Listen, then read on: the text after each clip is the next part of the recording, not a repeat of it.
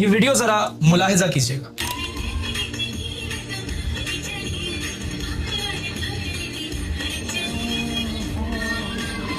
Okay that's it. کیا ہوا؟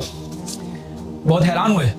حیران ہونے کی ضرورت نہیں ہے. This is just an average Pakistani girl. اب ہر ایک گھر چھوڑ کے آپ کو دوسرے گھر میں اس طرح کی کوئی نہ کوئی بچی ملے گی. استغفر اللہ العظیم. اللہ تعالیٰ کی ذات کے بعد جس کے اوپر ہمیں بھروسہ ہوتا ہے, as long as the brought up of our children is concern, جہاں تک ہمارے بچوں کی تربیت کا تعلق ہے, تو وہ تعلیمی ادارے ہوتے ہیں. ہمیں تعلیمی اداروں کے اوپر اتنا یقین ہوتا ہے کہ ہم اپنا ننھا سا بچہ جس کو اپنا بیگ بھی اٹھانا نہیں آ رہا ہوتا, he can barely hold his being, کبھی کسی انجان کی رکھوالی میں آپ اپنا بچہ چھوڑ کے آئیں گے, لیکن آپ اسکول کے حوالے اپنا بچہ کراتے ہیں. کیوں؟ Because you trust them. تعلیمی اداروں کے حوالے آپ اپنا وہ جگر کا ٹکڑا کر کے آ جاتے ہیں. 7-8 گھنٹے بچہ اسی چار دیواری میں گزارتا ہے. اپنے پورے دن کا سب سے زیادہ حصہ وہ اس اسکول کے اندر, اس کالج کے اندر, اس یونیورسٹی کے اندر گزار رہا ہوتا ہے. And that create influence. اور انہی تعلیمی اداروں کے اندر جب ہمیں ہماری بچیوں کو انڈیا کے گانوں کے اوپر ناچنا سکھایا جائے گا, تو پھر وہی بچی جب بڑی ہو جائے گی تو وہ ٹک ٹاک کے اوپر بیٹھ کے لال پری ہی مانگے گی, معذرت کے ساتھ. یہ ویڈیو ذرا ملاحظہ کیجیے. چلے بس.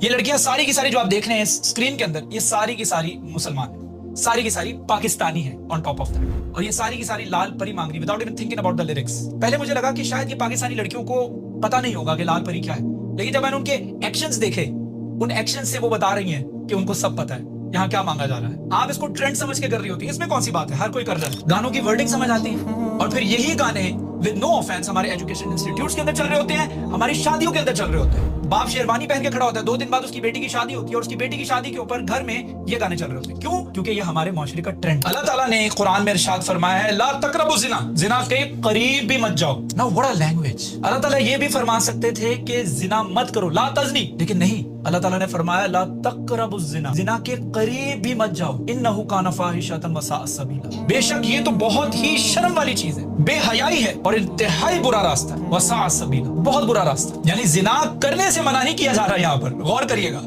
زنا کے قریب جانے سے منع کیا جا رہا ہے. اب قریب کون سی چیزیں لے کر جاتی ہیں؟ اب یہ زنا ایکٹ اٹ سیلف ہے, اس کی طرف راستے جاتے ہیں بہت سارے. وہ کون کون سے راستے ہیں؟ وہ یہی راستے, بےہودہ گانے, اس کے لیرکس جب آپ کے دماغ میں بیٹھنا شروع ہو جاتے ہیں, آپ ان لیرکس کے حوالے سے سوچتے ہیں. جب آپ اس لیرکس کے حوالے سے سوچتے ہیں, آپ کے دماغ میں ایک پکچر بننا شروع ہو جاتی ہے. اور آج کل کے گانوں میں فحاشی کے علاوہ کچھ بھی نہیں. پھر وہ لیرکس جو ہیں وہ آپ بار بار سنتے ہیں گانوں کی شکل میں, اور وہ جو ان گانوں میں بکواس کی جا رہی ہوتی ہے وہ آپ کی تھاٹ کا حصہ کب بن جاتے ہیں آپ کو پتہ نہیں لگتا.